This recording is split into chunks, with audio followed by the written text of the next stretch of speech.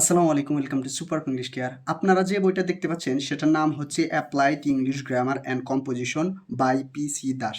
এই বইটা আমি মূলত আমার যে শিক্ষার্থী রয়েছে তাদেরকে পড়িয়ে থাকি। আজকে আমরা দেখব যে আসলে এই বইয়ের ভেতরে কি কি আছে এবং কিভাবে আলোচনা করা হয়েছে, যাতে অন্যরা সবাই দেখতে পারেন আসলে এই বইয়ে কি রয়েছে এবং বইটা কেমন, ভালো কিনা, অথবা কোন কোন টপিক রয়েছে। চলুন তাহলে দেখি। প্রথমে আমি যদি যাই, দেখব এই জায়গায় দেখেন যে কন্টেন্টস রয়েছে। কন্টেন্টসের কয়েকটা পার্ট রয়েছে। প্রথমে রয়েছে গ্রামার পার্ট। এখন এর পরে যে রয়েছে গ্রামারের পার্টে মূলত অনেকগুলো চ্যাপ্টার রয়েছে, 35 চ্যাপ্টার, অর্থাৎ এই জায়গায় দেখতে পাচ্ছেন 35টা চ্যাপ্টার রয়েছে। এবং এর পরে রয়েছে পার্ট টু কম্পোজিশন পার্ট। কম্পোজিশন পার্টে কি রয়েছে? লেটার রাইটিং, ন্যারেটিং ইভেন্টস আর রিপোর্টস, তারপর প্যারাগ্রাফস, তারপরে হচ্ছে রিসেটলিং প্রবলেমস, তারপরে অনেক বিষয় রয়েছে, স্টোরি টেল আছে, তারপরে হচ্ছে ডিসক্রাইবিং আ প্রসেস, তারপর পিকচার ডেসক্রিপশন। এগুলো স্পোকেনের জন্য খুবই আমরা প্র্যাকটিস করতে পারি। এরপরে পার্ট 3তে রয়েছে রিডিং কম্প্রিহেনশন, যাতে শিক্ষার্থীরা এই যে বিভিন্ন ধরনের যে কম্প্রিহেনশন পরীক্ষায় আসে সেগুলো বুঝতে পারে। এরপরে যদি আমরা যাই যে ইউজ অফ মাদার টাং, এটা হচ্ছে part 4-এ।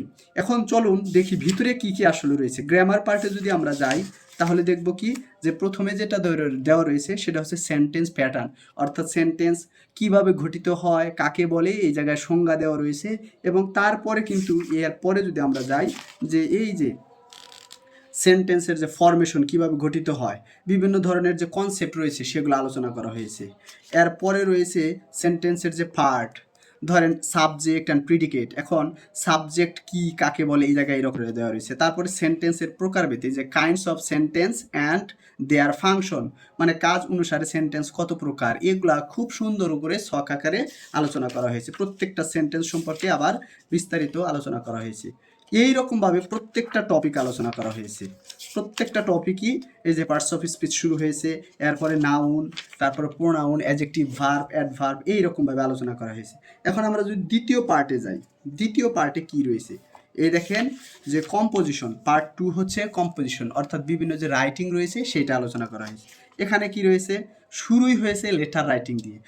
Y and how to write a letter, মানে একটা লেটার কিভাবে লিখতে হবে এবং কেন লিখি আমরা, সেইটা আর কি আলোচনা করা হয়েছে।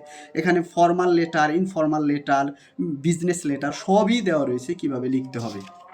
এরপরে যেটা রয়েছে সেটা হচ্ছে পার্ট 3 রিডিং কম্প্রিহেনশন। এই যে কম্প্রিহেনশন দেওয়া রয়েছে, কিভাবে কম্প্রিহেনশন বুঝতে হবে এর কিছু গাইডলাইন দেওয়া রয়েছে। এরপরে সেন্টেন্স প্যাটার্ন, এইটা খুব গুরুত্বপূর্ণ, সর্বশেষ part 4 use of mother tongue. এখানে বাংলা এবং ইংলিশ ট্রান্সলেশন দেওয়া রয়েছে, যেটা খুবই আমাদের জন্য কার্যকরী। মূলত এই জায়গায় গ্রামার যেগুলো আলোচনা করেছে ওগুলোর জিস্টের জায়গায় আলোচনা করেছে। সেন্টেন্স রয়েছে, তারপরে বিভিন্ন ধরনের সেন্টেন্সের উদাহরণ রয়েছে, আমরা যেগুলা শিক্ষার্থীদেরকে প্র্যাকটিস করাতে পারি।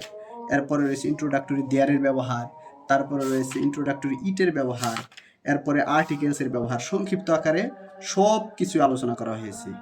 Infinitive, gerund, modal auxiliary verb, যেগুলো আমরা এই যে শিক্ষার্থীদেরকে বিভিন্ন ধরনের যে স্পোকেনের প্র্যাকটিস করাইতে পারি, আবার লিখিত প্র্যাকটিসের জন্য ব্যবহার করতে পারি। সর্বশেষ যেটা রয়েছে এই জায়গায় ট্রান্সলেশন রয়েছে, ট্রান্সলেশন দেওয়া রয়েছে। আর এইভাবেই মূলত বইটা সাজানো হয়েছে। আর আমার কাছে এই বইটা মনে হয়েছে যারা আমরা শিক্ষার্থীদেরকে পড়াই, বেসিক পড়ানোর জন্য খুবই উপযোগী একটা বই। আর এই কারণেই এই বইটা খুবই প্রচলিত এবং জনপ্রিয় বই। আর আপনারা চাইলে কিন্তু এই বইটা আমার কাছ থেকে সংগ্রহ করতে পারেন। আর এই বইটা সংগ্রহ করার জন্য এখন স্ক্রিনে হোয়াটসঅ্যাপ নাম্বারে যোগাযোগ করুন এবং আপনার বইটি কালেক্ট করুন। ধন্যবাদ সবাইকে। আসসালামু আলাইকুম।